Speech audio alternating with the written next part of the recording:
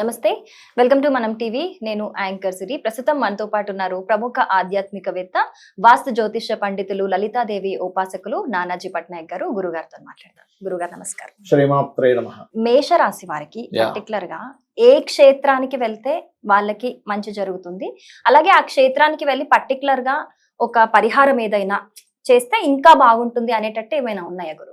మనం ఆల్రెడీ గతంలో కొన్ని వీడియోలో చెప్పాము. అయితే ఇక్కడ ఏంటంటే అసలు క్షేత్రానికి వెళ్తే ఎందుకు మంచి జరగాలనే పాయింట్ మనం అర్థం చేసుకోగలగాలి. క్షేత్ర మహిమ అంటాం. క్షేత్రంలో స్వయంభూగా మనకి వెలిసినటువంటివి ఉంటాయి. అందులో ఆ క్షేత్రాల్లో కూడా కొన్ని మనకి శక్తి పీఠాలు ఉంటాయి, కొన్ని ఏమో జ్యోతిర్లింగాలు ఉంటాయి. అవి ఇంకా పవర్ఫుల్ చెప్పాలంటే. అయితే ఈ మేషం వారికి పర్టికులర్గా దత్తక్షేత్రాలకు వెళ్తే చాలా మంచిది. మేష లగ్నం అనుకోండి, మేష రాశి అనుకోండి. అయితే ఈ మేషంలో కూడా మళ్ళీ మనకి 3 నక్షత్రాలు ఉంటాయి.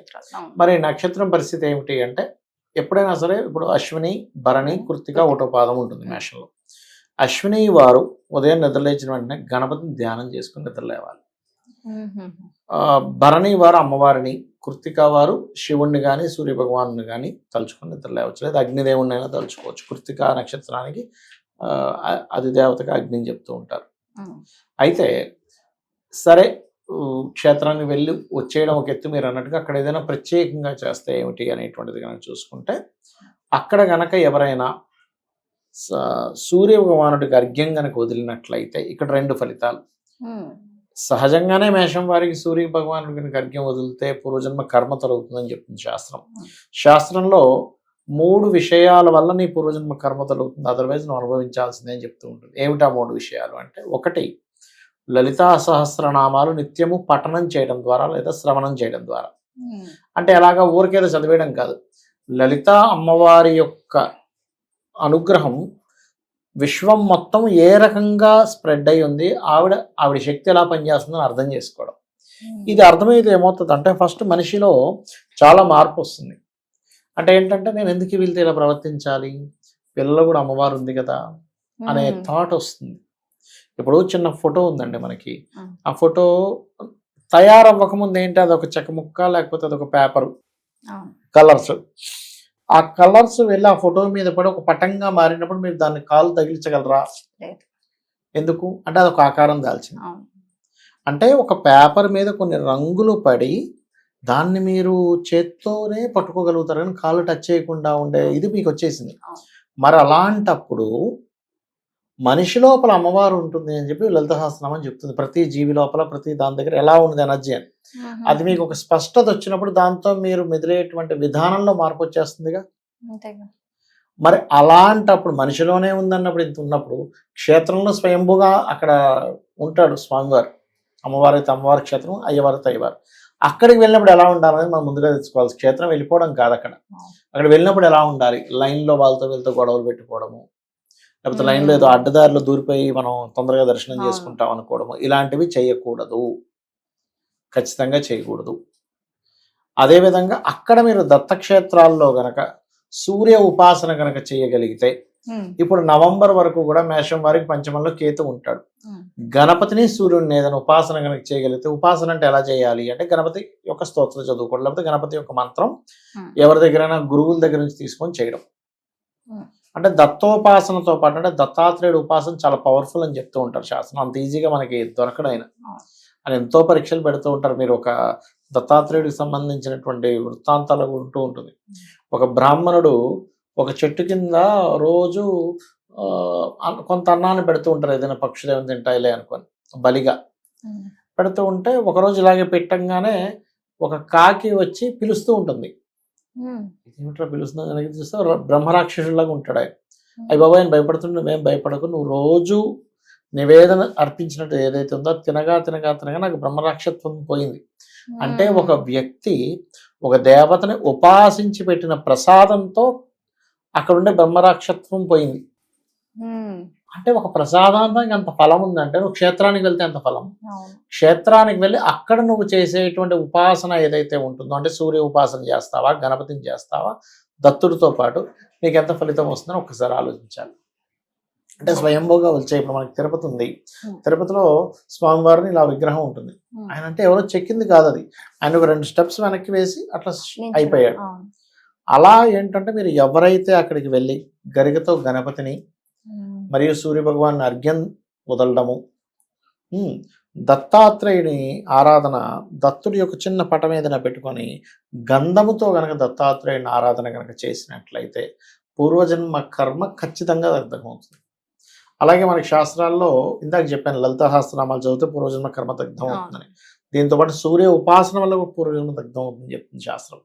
అదేవిధంగా 3వ పాయింట్ ఏమిటి అంటే, ఎవరికైనా వాళ్ళ పూర్వజన్మ దగ్ధం అవ్వాలంటే మీకు దగ్గరలో ఉండే ఆలయాలు, క్షేత్రాలు ఉంటాయి కదా, అక్కడికి వెళ్ళి మీరు ఒళ్ళు వంచి ఏదైనా సేవ చేయగలగాలి.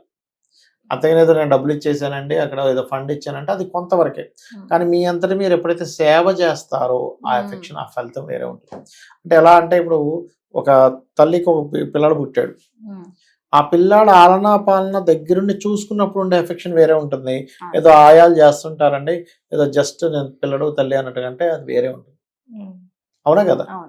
అట్లా ఏంటంటే మనము స్వయంగా అమర్చుకొని ఎలా అయితే పూజ చేసినప్పుడు ఆ ఎఫెక్షన్ ఇది ఎలా ఉంటుందో, క్షేత్రానికి వెళ్ళి సేవ చేయడం వల్ల మీ యొక్క పూర్వజన్మ దగ్ధం అవుతుందని చెప్తూ ఉంటారు. అందుకని దత్తాత్రేయ క్షేత్రానికి వెళ్ళి అక్కడ సేవ చేయండి, సూర్య ఉపాసన చేయండి, గణపతి యొక్క ఆరాధన చేయండి.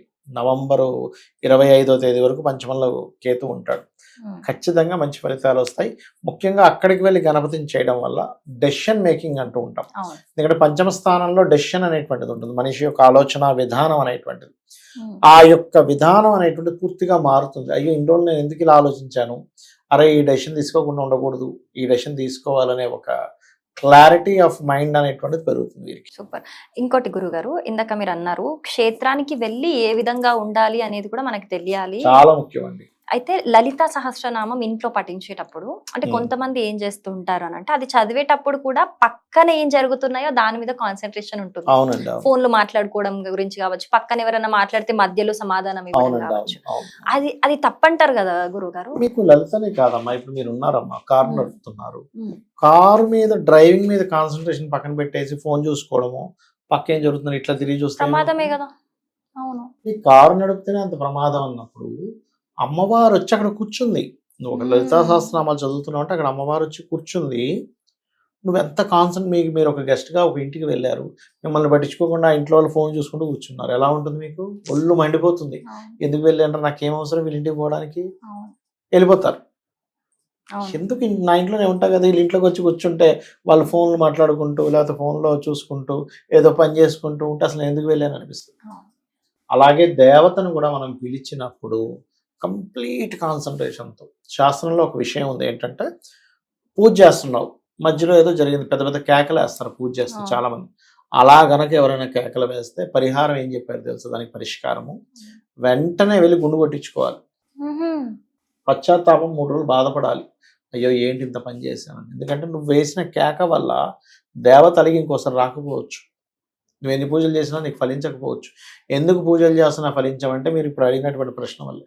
అంటే ఏంటి, ఒక పక్క పూజకు కూర్చుంటాడు, ఫోన్లో ఎవరైనా మెసేజ్ పెట్టారు, ఆఫీస్లో ఏమవుతుందని ఆలోచిస్తూ ఉంటారు, లేకపోతే ఇంట్లో వాళ్ళది ఏదో మాటిమాటికి పూజలో 10 సార్లు భార్యను పిలవడమో లేకపోతే అబ్బాయి గురించి ఏదో చెప్పడమో లేకపోతే ఫోన్ వచ్చి మళ్ళీ ఇంకోటి ఏదో ఎత్తడమో చేస్తూ ఉంటారు.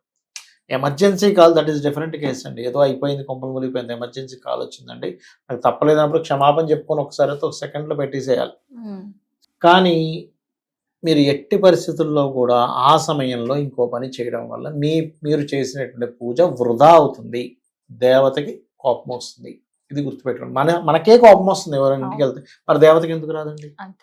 ఇంకా దీనికంటే పితృదేవతలు అయితే ఇంకా కోపం వస్తుందండి, వాళ్ళు అస్సలు ఉండదు. ఇంకా కంప్లీట్ కాన్సన్ట్రేషన్, భక్తి శ్రద్ధ భావనతోనే చేయాలి. ఏమాత్రం కొంచెం తప్పిదాలు చేస్తున్నామో వెళ్ళిపోతారు, తీసుకోరు. మీ పితృకర్మ వాళ్ళకేం పట్టింది, వాళ్ళు బ్లెస్ చేయడానికి వచ్చారు. చాలా చక్కగా వివరించారు, ధన్యవాదాలు గురువు. శ్రీమాత్రే నమః.